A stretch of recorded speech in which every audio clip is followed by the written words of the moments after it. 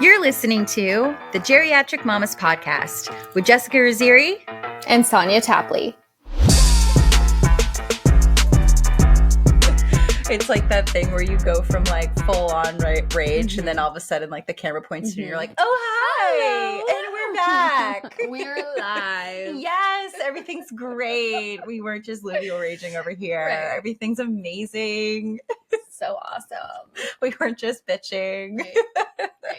Just two girls just sitting here with a couple of beverages. Just having a great chat. It's great. It's great. Cheers. Cheers. This wasn't supposed to be a happy hour. In fact, we do have a real topic because this is our 50th episode. So Yes. it warrants just like a full-on Yeah. 50th Yeah, topic. when we hit 35 episodes, that's when our podcast officially became Geriatric. And Yes. now we're at our 50th episode. So we are prehistoric. Yeah, we're reaching the oldest women who have ever given birth naturally. Yes. Yeah. And what a great segue, Sonia, Right, because right. guess what our topic is today? Wow. Wow. Today's topic is going to be talking about the oldest women ever To conceive naturally. Naturally. Yes. Mhm. Yes. And also I'm luteal raging. It's Yeah. me. I'm the one. I'm She the is. one who is. It's me. I'm the one.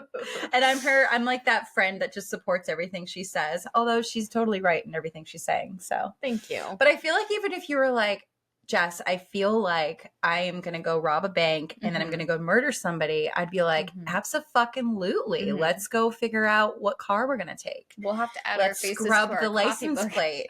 Let's Yeah. let's buy a new Right. outfit all in Right. black. Like, We're what on it. shoes are you going to wear? Even if you were like in your ovulatory phase, you would be like, you know what? I've got the energy for this shit. Yeah, Let me I'm gonna help do you with all of this. it. Let me carry your bag and Yeah. shit. I'll hear your reasoning later. I'm Yeah. sure you've thought about this Mhm. thoroughly. Yeah. And for you to come to this conclusion that this is what needs to Mhm. happen, Mhm. I fully support it. I'm here. Awesome. So clearly our faces will be in our coffee table books today. I hope we look cute. Yeah. I hope my hair holds and it's not like a humid day or whatever where it just falls flat. Because that's what's been happening this week. Yeah. You know what's been happening to me my whole life? I feel, well, not my whole life. It just kind of started happening once I started approaching 40. Mhm. Is like I look in the mirror and I think I look so cute. And then like I like take a photo of myself Yeah. and I literally look like Danny DeVito. Yeah. Like, No. I So don't this know happened what's to me happening. yesterday. Jessica shows up to the beach yesterday for these family photos. Basically, she and Hayden. And like, then I was going to be in photos with Annabelle. And then we were going to do photos of Jess and I for the podcast. And I realized after chasing Annabelle around and doing the photos of Jessica and Hayden, I look at Jess and she's wearing this gorgeous lace, like it's like a cover up Yeah. basically. And I'm wearing this button-down striped shirt. My hair is windblown. It is no longer cute. I'm covered in sand from being in the sand, basically, chasing Annabelle and these guys around. And I'm like, I just yelled out, I'm spiraling, and I look like a man. And I feel like that's when I was like, oh yeah, I'm luteal raging right now. Yeah. Mhm. And I was telling her before we started recording that a lot of the times when she says these things about herself, I never agree with her because it's never that bad. But like seeing these photos, I'm sorry, but like Yeah. yeah, we'll do the You're shoot also again. not at your cutest when you're luteal raging. Like, you No. might look in the mirror, like you said. Yeah, and you think think you're you look so great. cute. You're like, this is great. Sophistication. Awesome. Yeah. And then you like, get Why in front does of the my camera. forehead get 5 inches longer and wider when I'm luteal raging? I don't understand. When you're luteal raging.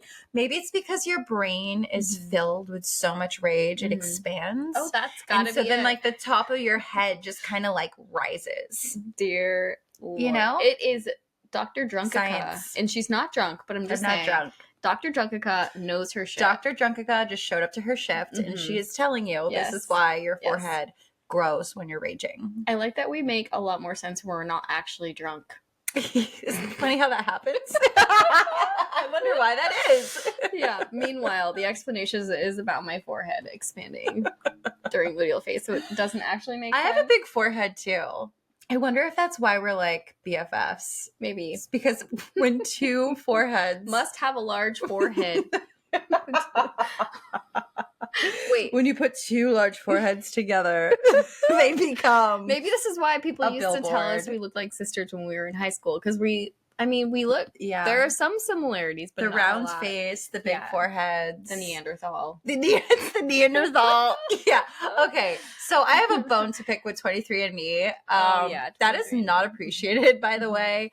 It said, like, all of our results in our Mhm. friend group are really high up there with our Neanderthalness. And I don't know if it's like something going on the East Coast or It's what. gotta be. Yeah, it's gotta There be. has to be. You need to look into that. But yeah, it's like I have French, I have a little bit of Irish. I don't know how that happened. And what else? I don't even know, because I'm blinded by the fact that it said at the time that I took it, I think it's actually gone down because more people have taken this thing. So this number has decreased. But at the time that I took it, it was so alarming because it said, you rank 93% Neanderthal out of all the people who have taken this test. And at the time, not a lot of people had taken 23andMe. It was like years ago. But fucking Neanderthal. So what does that mean? Like, at one point, my ancestor had sexual relations with a monkey? Is that what that means? Most likely. My Dr. Drunka answer is most likely you're correct. Yeah. Yeah. That is 100% what that means, actually. Yeah. Yeah. Oh my God. I don't even know. But you got to be some sort of crazy to decide you're going to settle in the state of Maine. Yeah. Back whenever like these Neanderthals decided to do that. You know what I just realized recently in my adult life? And when I say adult life, I mean like literally like a couple months ago. Is that like New England and like you have like Rhode Island, you have Vermont, you have like all of the towns in New England are literally like replicas of like actual towns and stuff in England. And it's like you have like England and then like we're New England because it's like a smaller version of England. Is it warmer in the old England? Because I might want to go back there. I know. I think I want to go back to the old England as well. Yeah. So like we're New England and they basically just copied a lot of like the states. Oh, 100%. But I never knew that because no when it was like, like Denmark or now I can't think of any other one. I know Vermont is one. A lot of stuff in Boston too, because like it's all around there. Yeah, it's all named that way. And when I was like Concord, I think is one, and like, and I was like, all of a sudden, I don't remember how I put it together, but I was like, I wasn't looking at a map, obviously, but it came up, and they were just like, no, like in England and blah blah blah, and I'm just like, wait, we have that town next to Boston. It's like 20 minutes south of blah blah blah. And it's like, oh, and then it just registered. I'm like, wait, New England. Got it. Yeah. Okay. Cool. Yeah. Yeah. I feel like I should have learned that in high school. I probably did. Maybe. We didn't care back then. No. For some reason, probably around this time last year, I decided to get real deep on learning about Maine and New England. So I like went down this Google rabbit hole. It's because you moved back here and you were like, I need to like make myself feel good about this decision. Yeah, like I need to know a little bit about my roots. I feel like people who come to Maine know more about Maine than I do. Because they do, because they are choosing to come here. Yeah. And they've researched it and they're visiting it. But when you're from here, because like, we grew up here. We both laughed as quickly as we could. And we were just like, oh God, I'm so over it.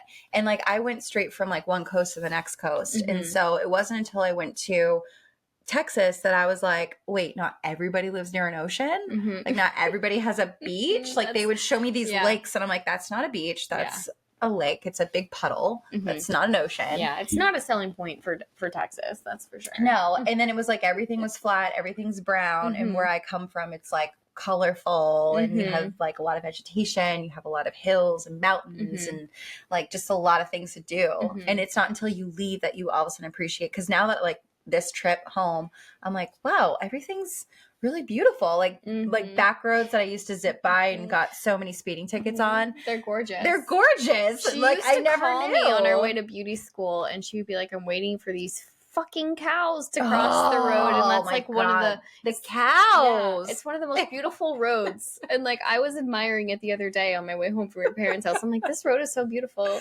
Literally, I used to get so mad about those cows. I would be late because I'd always get stuck. You would think that I would leave a little bit earlier to like miss the cows or take a different route, but no, I would literally take the same route, same time every single morning, like a crazy person expecting a different result. Yeah. And every single morning she'd get a text, these fucking cows, I'm stuck behind these cows, because they had like a pasture they had like their farm on one side of the road and their pasture on the other. And so like they would like do whatever the fuck they were doing with them in the morning and then have them cross the street. And it was like a whole production. You're literally sitting here waiting for cows to cross the street. I remember one morning you're like, I feel like this happens often. I was like, I got really used to it. So it became like my morning, like time to catch up with text messages. Like, I'm stuck behind a tractor, and it literally sent you a photo. And it was a legit dude on a tractor. She's like 1 inch from this tractor's bumper. Just don't die, and I'll just keep sitting here relaxing with my text messages. And so I started to rely on it. Like there was that one point that was like your alarm that it's close. We're hitting the close time is when Jessica sends you those. Right. If you were on time, you would have noticed I was actually like, and I think a couple times you did notice that I was like actually usually 2 minutes late to our normal time that we would meet. Because you just always assumed I was going to be late. And you're like, where the fuck were you? I know. The one time that I'm on time, I'm like, hello, where are you? I'm like, sorry, this is so stressful.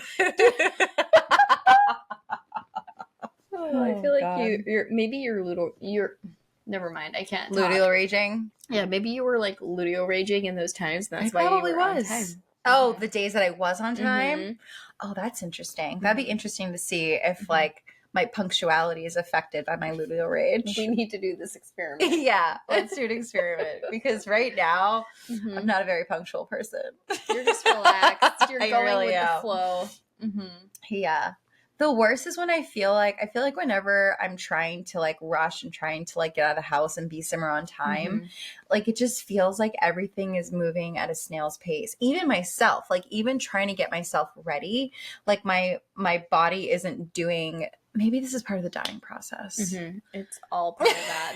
Like maybe it's not like anything other than the fact it's part of the dying process. Yeah. I mean, I feel like this episode is going to give us hope. But well, should we get into it? Because I'm ready for some fucking hope. Yeah, let's do it. Okay.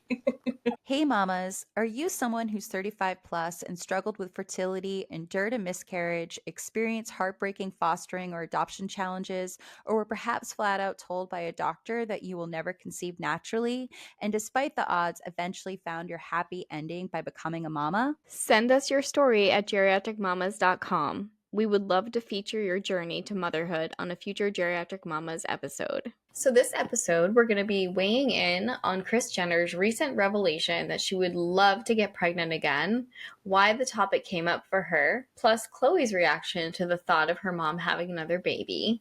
We're also going to share the names and stories of some of the oldest women in the world who were able to conceive naturally. I know we shared that earlier, but this is just a formality. Yeah, you just have to make sure. Because there's a lot of people that just like skip the BS and jump straight to the episode. Right. So it's like, here it is. Here's the topic. That's why we put the timestamps in the show notes for you. Yeah, here's what's happening. Yeah. So if you're just tuning in, we are obsessed with the Kardashians. We love them. Well, I don't want to say obsessed. That sounds a little like stalkerish, but we appreciate the Kardashians. We like them. We follow them. We've been longtime fans of the show. So it's only fitting that this story sparked the whole topic idea for today's episode. So the headline reads, Kris Jenner, 68, says she wants to be pregnant again. Your uterus doesn't age. NewYorkPost.com. Not at all. No, not at all. It ages though, right? Your uterus ages. Like, shall we read? Know. Yeah. Shall we get into it? Okay. Kris Jenner is ready for baby number 7. During Thursday's episode of The Kardashians on Hulu, the 68-year-old momager confessed that she would happily get pregnant again after having 6 kids. She makes beautiful babies, by the way. Really, so, like, if anybody's going to continue to reproduce until they expire, I feel like it's this woman. Because, I mean, I don't know what is going on in that uterus of hers, but, like, keep it going. Keep it going. we need Kris Jenner to solely just like populate the United States. Right. we might get a little backlash on that, but it's fine. Definitely going to, but I don't care. I stand by it. I stand by every word. Kris made the unexpected comment while chatting with Khloe Kardashian, Malika Hack, and Scott Disick about Malika's interest in having a second child. I would be pregnant right now if I could, Kris said. Oi, Khloe, 39, simply responded. I can definitely hear her. Mm-hmm. Kris, who had 6 kids total with exes Rob Kardashian and Caitlyn Jenner, then Bruce Jenner, between 1979 and 1997, and has been dating Corey Gamble, 43, since 2014, said that she just can't be pregnant now. Mm-hmm. But Khloe pointed out that her mom was wrong. Oh, God. You know you can, she said. You know your uterus doesn't age, so you're good if you want to carry her baby. I mean, Khloe said it, so I guess there's our answer. There's her answer. Dr. Khloe checking in. She just entered the chat. Exactly. Thank you for clearing that up. Malika added, you can carry for me. You can be my surrogate. However, Kris politely declined Malika's offer. No, it's okay, she said.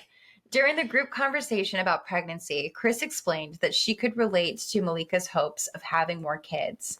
I know what it must feel like to want a sibling to have for your baby because I always had that feeling deep down in my heart and soul, Kris said in a confessional.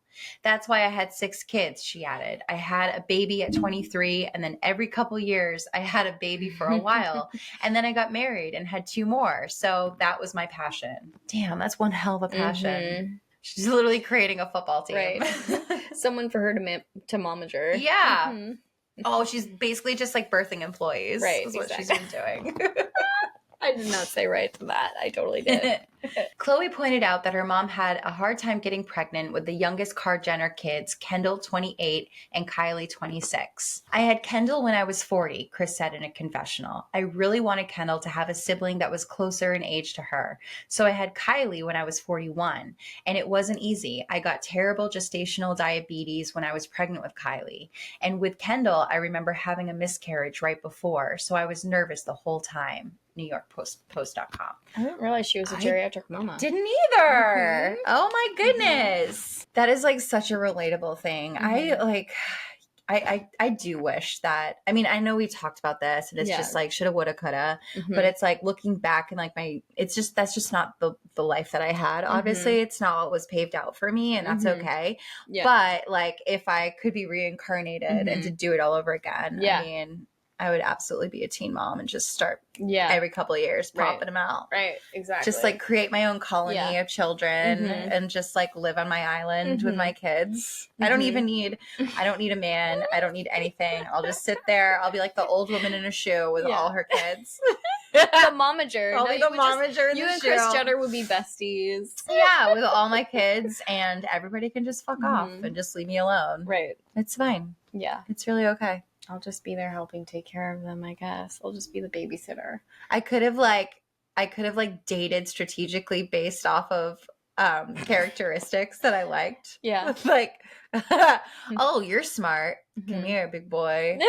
Like, oh, you're attractive. Come here. Oh my God. I'm just picturing this like in our days of like walking the cobblestones in our high heels, just like Jessica's on a mission, folks. Listen, I don't need anything from you. I don't need child support. I don't need anything. I just need your DNA. Right. In the form of sperm. Thank you.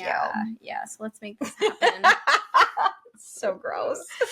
I'm not promoting. I guess I kind of am. I'm just not going to try to save that. We got a bottle of Ice 101 in the car. My mom's at home ready to help me take care of this baby.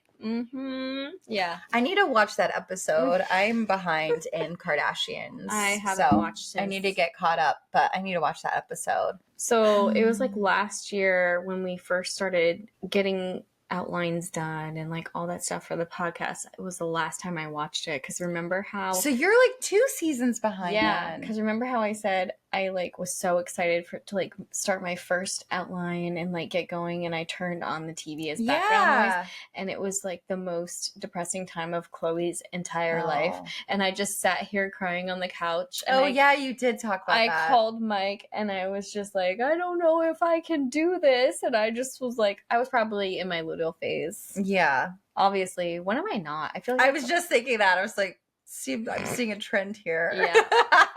Whenever I'm emotional, that's what's happening. I feel like I'm pretty stable most of the time. I'm trying to back up to be at your level because I've noticed the past few recordings I'm closer to the camera than you are, and I look like a giant. I look like this giant person and you're like my tiny BFF just sitting there and I'm like taking over everything. So I'm even sitting on a pillow right now. Oh, thank you. That helps. You're taller. You're taller than me. And most people don't think I understand what that means, but I do. Because when I was in kindergarten, I was taller than everyone in my class. And what do you mean like they don't think that you know what that means? Because I'm so short. A lot of people don't know what, don't think that you understand what it means to be tall. A giant person. Taller than everyone else. Got it. I don't think you're a giant. I just think you're a lot taller than me sometimes. Not all the time. Like, if you're not wearing heels and I'm wearing heels. I will say, I feel like the true BFF test is when you have like the significant height difference that you and I have. I feel like the true BFF test, whenever we would go out, what would I wear on my feet? You always wear flats. I always wear flats and she wore heels. Yeah. And when we did photos, I wouldn't like hunch over like I'm taking a photo with a child. I would just like slightly bend my knees. So if you got a full body shot, I would look really awkward. I'd look like I was trying to take a shit in the corner. Yeah. But from like the head level, like it looked normal. It was never hunched over. Yeah. It was always just normal. Yeah. But that's like, I feel like the true BFF test. Yeah. It's like, I got you. I think so too. I'm not going to make this weird. Yeah. The struggles of being 4'11" and her best friend. It's real. All right. So now we're going to move into other stories of the oldest women ever. I mean, there might be some older than this, but they're pretty up there. To give birth, quote unquote, naturally. We're going to take their word for it. Yeah. That it was naturally. So don't crucify us if this is proven inaccurate. This is from the deep interwebs is where we got this information. It's not surface level. It's not surface level. It's the deep interwebs have presented these facts to us. I feel like now we're researchers. Yeah, we are doctors and researchers. 100%. 1000%. Cheers. Cheers. So a woman who gave birth at 59 in 1997 claims a record from theguardian.com in 2007. In a tale that challenges the notion of the ticking biological clock, a British woman has claimed a record for having birth at the age of 59 after falling pregnant naturally. It is believed that Dawn Brooke, who is now 69, was the oldest woman to give birth without fertility treatment. A U.S. woman who had a daughter in 1965 when she was aged 57 was previously believed to have held the record. Ms. Brooks' son today celebrates his 10th birthday. She and her husband decided to avoid publicity at the time of his birth and spoke out only after a family friend recently revealed her remarkable achievement. Raymond Brooke, 74, told the News of the World that the unplanned pregnancy had come as a bit of a shock to him and his wife. "We've kept it quiet," he told the paper. "People are generally not quite aware of the extreme good luck we had at our age. We're overjoyed to have our son. We've been hugely fortunate. He's a fantastic boy." The boy, whose name has not been made public, was born by cesarean section at Princess Elizabeth Hospital on the island of Guernsey on August 20th of 1997, 3 months after the couple were married. Nick Otway, Ms. Brooks' son from a previous marriage, said childless women in their 40s could take comfort from the couple's experience. Mr. Otway, 33, said, "There are women who get to 40 or 45 and think, I'm too old to have a baby. This should give them some reassurance to know that they're not." From The Guardian, 2007. Once again. According to Dawn Brooke, she kept the fact that she was one of the world's oldest mothers secret for so long because people always assumed she was much younger than she actually was and didn't think it was weird that she had a young son. I probably would have done the same. I can't blame her. No, can't blame it's her. Fine. Your secret's safe with me and all our listeners. Yeah. That is crazy. So is it hasn't been disproven, like this is true, right? Yeah, this is true. So and she's like in her 80s 59. She's in her early 80s now. Yeah. And from what we just learned recently, I think it was a couple episodes ago, is that women who give birth later in age tend to live longer. So she got pregnant at basically 60. My God, she's never gonna die. No, she's gonna be alive forever. That is awesome. So some of the oldest women in history with natural pregnancies. This is from oldest.org. There's a whole organization. For her It's probably like the oldest person to do this, the oldest person to do that. Yeah, That's what I'm that assuming. makes sense. I didn't check the website, but yeah. We didn't fact check. Basically, this information helped us Clearly for we're this researchers. podcast, and we just took it and did not fact check, so Right. it's fine. Right, it's great. Having a baby beyond your late 30s is becoming more common as fertility treatments are now more widely available. However, conceiving a baby naturally in your 50s and beyond is incredibly impressive.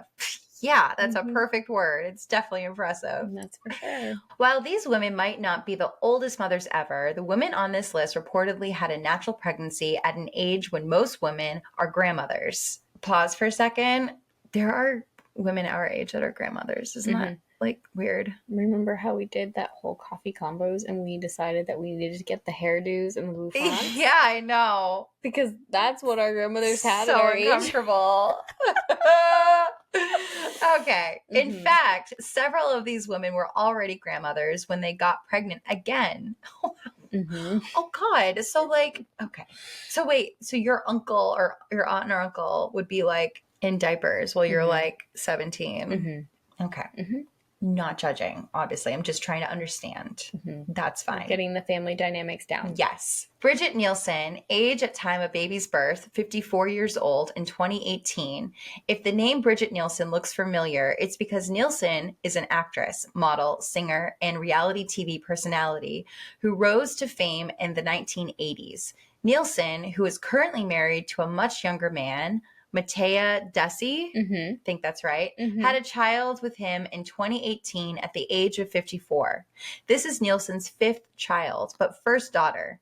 We also mentioned Bridget in our Geriatric Celebrity Mamas episode. Oh, yeah, we did. I thought it sounded familiar. Yes. Yeah. Remember having to say that? Yes, I did. And I was tripping over it. I was wondering why it just flowed. I was like, did I get that right? Just see? You're I naturally subconscious. knew it. Yeah, great. The next one is Gianni Nannini, age at time of baby's birth, 54 years old in 2010. Nannini is a famous Italian singer who just happened to get pregnant when she was 54 years old. She just happened. Just like went to the market and then just got pregnant. Just happened to get pregnant. This little Nannini went to the market. This little Nini went to market. This little Nini gave birth. This little Nini. I feel like we should cut this part out. I'm actually going to leave it. We're totally going to get cut. According to Nannini, her baby was conceived naturally, but she was taking hormone pills at the time. However, Nannini didn't receive any actual fertility treatments. That is definitely impressive. Aracelia Garcia, age at time of baby's birth, 54 in 2000. While all of the women on this list were featured in the news for having babies well past their prime, Aracelia Garcia stands out for birthing triplets. Garcia was 54 years old when the triplets were born. She was also already a mother of 8 children and had 13 grandchildren, with 2 more on the way after the triplets were born. See, Kris Jenner? It's actually a thing. Oh my God. I would be dead, by the way, if I was pregnant at 54. Literally deceased. Like, can we not drink my Diet Coke? Her giant pussy is on the table that is connected to the mic right now. Once again, her giant pussy's out of control. Get that pussy. Can you please tame your pussy? Can you just lay down, bud? Oh, you're gonna consider that idea. Sounds good. Thank you. Beautiful. According to Garcia, she found out she was pregnant after she went to the doctors after feeling tired all the time. My God. It's like, you think that it's like because you're 54 maybe is why you're tired. And it's like, no, bitch, you have 3 tiny humans growing inside of you. Yeah.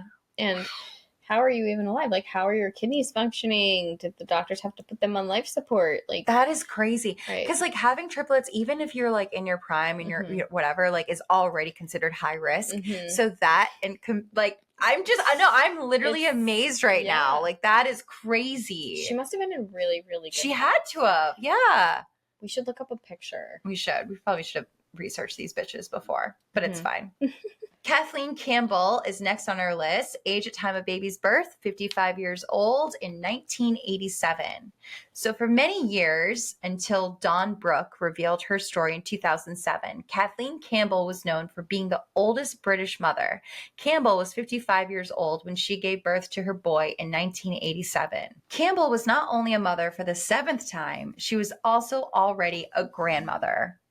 Good Lord, Campbell. I mean, people just keep proving it for Kris Jenner today. Yes, I know. So all of this, like, this is basically, this episode is one giant hug to Kris Jenner to let her know that you are not alone. Right. And you too could get that uterus back in action if you really wanted to. Put it back in the game. Put it back in the game. Yeah. I mean, you've got Khloe's blessing. Now you have ours. Yeah. So your uterus is clearly screaming. Put us in, coach. Put us in. We got this. We could do this. And like, you would think she sees dollar signs, you know, because clearly, like, besides Rob, like, which child is not successful? Rob is the only one. Sorry, Rob. I know he's going through it. Oh, it's fine. But like, seriously, you know, is another opportunity because you're clearly going to need to live to 100 to keep your current children in action. So why not just bring another one around? Exactly. By then, maybe one of them will be able to help this one along. What if like the fountain of youth is like literally for women, and it's just the answer is to just keep having babies? So it's like every time you feel like your innards are falling apart, you just have another baby, and then it'll add like another 10 to 20 years to your life. I don't know. Maybe you're onto something there. I'm going to need somebody to research that for me. Did you just hear my stomach? It just growled really aggressively. No, I did. Well, I did. Are you hungry? Are you hungry? I'm stuffed. Oh, okay. I'm just kidding. No, I'm starving. I wish I could say I was full though. All right. So I had a carrot. No, I feel great. Yeah. Well, that's all we have for you today. And just a reminder, you get 20% off services at Ageless Medical Aesthetics in Westbrook, Maine with the code MAMAS2024. Just make sure to go into the show notes and follow them on Instagram. And you get a free first swim class at Goldfish Swim in Portland, Maine with the same code MAMAS2024. Just give them a call to book your first appointment. I'm just like sitting here laughing because I'm like, I wonder how many like people are going to like actually do that. Well, no, I'm thinking about this whole episode and like how many people are like what if this episode all of a sudden sparks like a revolution? Yeah, like a revolution of like grandmas suddenly like popping out kids. I don't want to be the grandma. I want to be the mama. Yeah. It's a revolution. It brings the grandma shower to a whole new level. It does. Oh my God. That's how the grandma shower started, I bet. It's an actual thing. See, that would make sense to me. That is the only acceptable time for a grandma shower. Yeah. So, on that note, I'm going to end everybody on a grandma shower. Thank you for listening. Be sure to tune in next week. Follow, subscribe, rate, and review. Tell a friend. Tell your grandmother. We need your support. For more info, you can check out our website at geriatricmamas.com. You can also follow us on Instagram at geriatric_mamas, on YouTube at Geriatric Mamas, on TikTok at You did it again! Why? Start that over. You can also follow us on Instagram at geriatric_mamas, on YouTube at Geriatric Mamas, on TikTok at Geriatric_mamas, on Twitter at Geriatric Mamas, and follow our group page on Facebook, Geriatric Mamas. I feel like I'm gonna like make a reel of you just saying tic tac, tic tac, tic tac. You tic tac could do a whole video on it. Tic tac. Yeah. You know what you're thinking is that little candy of Tic Tacs. Oh yeah, there's some in my little cyber bag because she made Mike buy them at the grocery store one time. Yep. If you have a topic idea you'd like us to discuss, are interested in being a guest, or simply have a funny geriatric story to tell, you can go to geriatricmamas.com and hit be a guest or send us your story. Bye-bye. Bye.